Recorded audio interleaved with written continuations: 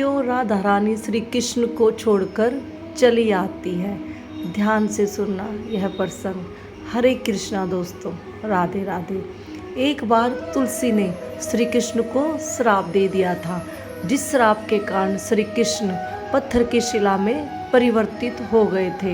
यह सब देखकर राधा रानी बहुत ही परेशान हो जाती है और तुलसी से कहती है कि श्री कृष्ण को ठीक कर दे, श्राप से मुक्त कर दे। तो तुलसी ने कहा कि अगर तुम द्वारिका को छोड़कर चली जाओगी तो मैं श्री कृष्ण को इस श्राप से मुक्त कर सकती हूँ और मैं श्री कृष्ण से विवाह करना चाहती हूँ। यह सारी बातें सुनकर राधा रानी कहती है कि ठीक है, मैं द्वारिका को छोड़कर चली जाऊंगी और तुम श्री कृष्ण से विवाह भी कर लेना, मुझे कोई आपत्ति नहीं है, लेकिन तुम श्री कृष्ण को इस श्राप से मुक्त कर दो। क्योंकि राधा रानी का प्रेम कोई दिखावा नहीं था। राधा रानी ने हमेशा त्याग और समर्पण किया था, तो वह इस बार भी समर्पण और त्याग करने के लिए तैयार थी।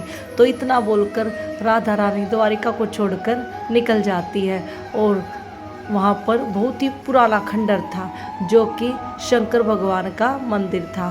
तो राधा रानी वहाँ पर साफ सफाई करने लग जाती है और एक मूर्ति को आकार देना शुरू कर देती है।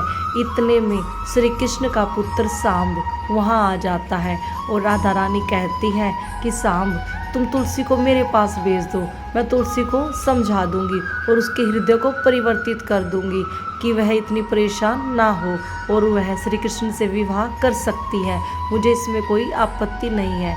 तो सांब तुलसी के पास जाता है और कहता है कि राधा रानी फिर से तुम्हारे साथ छल करना चाहती है और उल्टी सीधी बातें करके तुलसी को भड़का देता है और फिर कहता है कि तुम राधा रानी से कभी मत मिलना।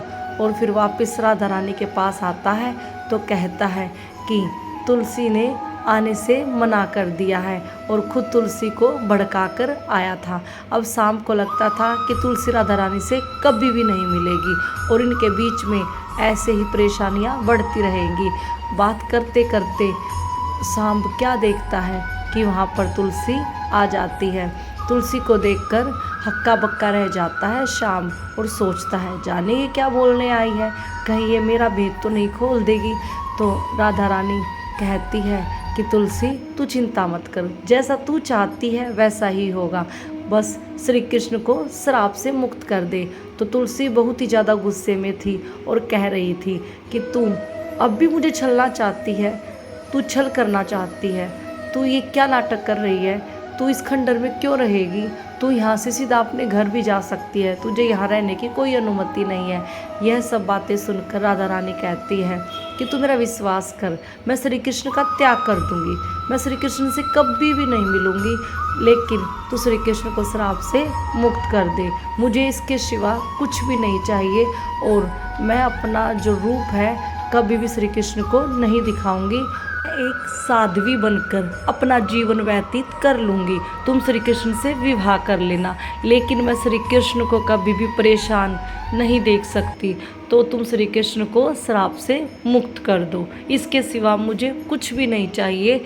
मैं त्याग और समर्पण के लिए हमेशा तैयार रहती हूँ, मुझे कोई फ़र्क नहीं पड़ता कि मैं मेरे प्रेम के साथ हूँ या नहीं हूँ, मुझे फ़र्क पड़ता है सिर्फ इतना कि श्री कृष्ण हमेशा खुश रहे।